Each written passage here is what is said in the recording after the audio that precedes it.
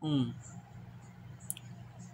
Boa tarde, bens e paz. Faculdade Católica do Estado de Rondônia, matéria Direito das Famílias, com o professor Breno.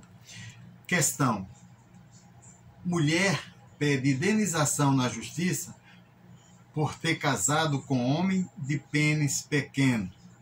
KDB, 26 anos, advogada e residente no município de Porto Grande, no Amapá, decide processar ex-marido por uma questão até então inusitada na jurisprudência nacional.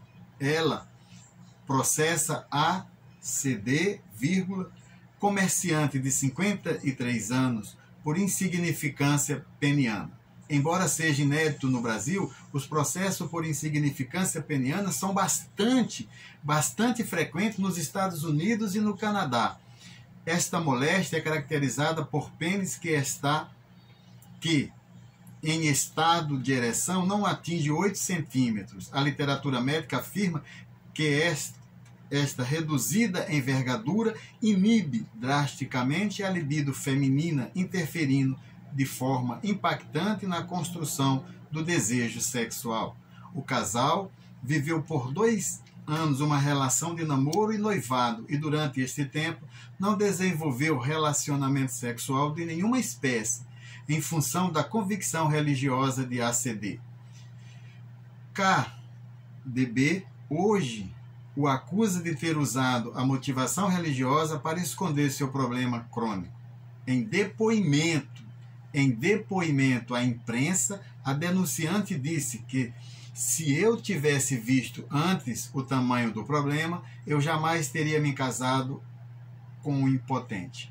A legislação brasileira considera erro essencial sobre a pessoa do outro cônjuge quando existe a ignorância anterior ao casamento de defeito físico irremediável ou de moléstia grave. E justamente partindo dessa premissa que a advogada pleiteia agora a anulação do casamento e uma indenização de 200 mil pelos 2 anos de namoro e 11 meses de casamento.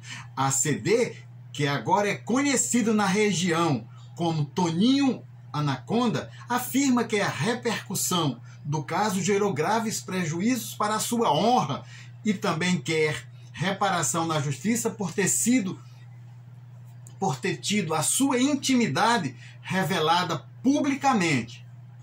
Com base no caso concreto, decida qual a melhor sentença. Em síntese, um pênis pequeno não é considerado doença, apresentando-se como mera diferença de tamanho, se comparado com a média da população masculina. Organização Mundial da Saúde, o que não configura um defeito físico e, portanto, afasta a pretensão da esposa de anular o casamento, como elucida o artigo 1557 do Código Civil, inciso 3º, que vai nos dizer: considera-se erro essencial sobre a pessoa do outro cônjuge, inciso 3º, a ignorância anterior ao casamento de defeito físico irremediável que não caracteriza deficiência ou moléstia grave e transmissível por contágio ou por herança, capaz de pôr em risco a saúde do outro cônjuge e de sua descendência. Ora, não é uma doença e muito menos um defeito irremediável.